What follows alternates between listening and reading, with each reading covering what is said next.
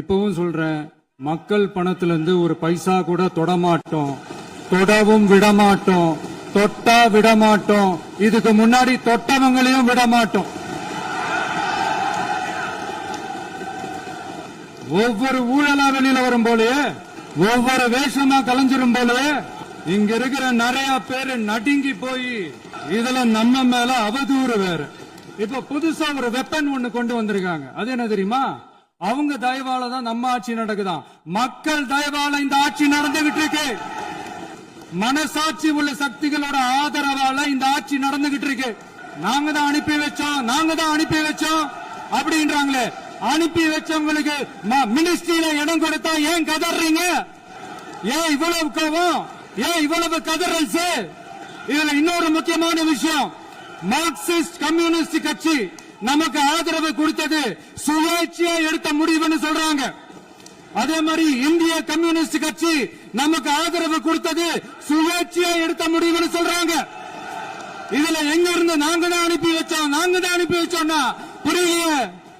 மக்களுக்கு நல்லா புரியும், எல்லாத்தையும் தெளிவா பார்த்துக்கிட்டு இருக்கிறாங்க.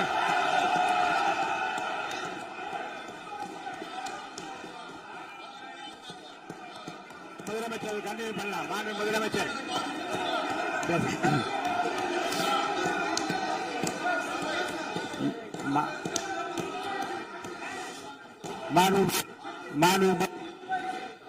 மாண்பு முதலமைச்சர் கண்டினியூ பண்ணலாம். நீ கண்டினியூ பண்ணலாம். இந்த சமூக நீதி அரசு, சமூக நீதி அரசுன்னு சொல்றவங்களை பார்த்து கேட்கிறேன், நம்ம பட்டியலின சகோதரர்களுக்கு எத்தனை அமைச்சர் பதவி கொடுத்தீங்கன்னு கொஞ்சம் சொல்ல முடியுமா? ஆனா நம்மளுடைய அரசுல 8 அமைச்சர் பதவிகள் யாருக்கு? நம்ம பட்டியலின சகோதரர்களுக்கு. எல்லாம் நம்ம அண்ணன், நம்ம தம்பி, நம்ம தங்கச்சிங்க.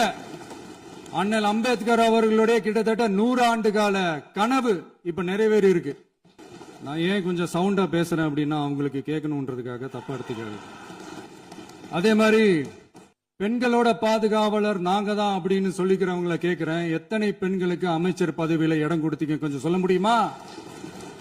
எங்க அரசுல 4 சகோதரிகளுக்கு அமைச்சர் பதவி கொடுத்திருக்கிறோம்.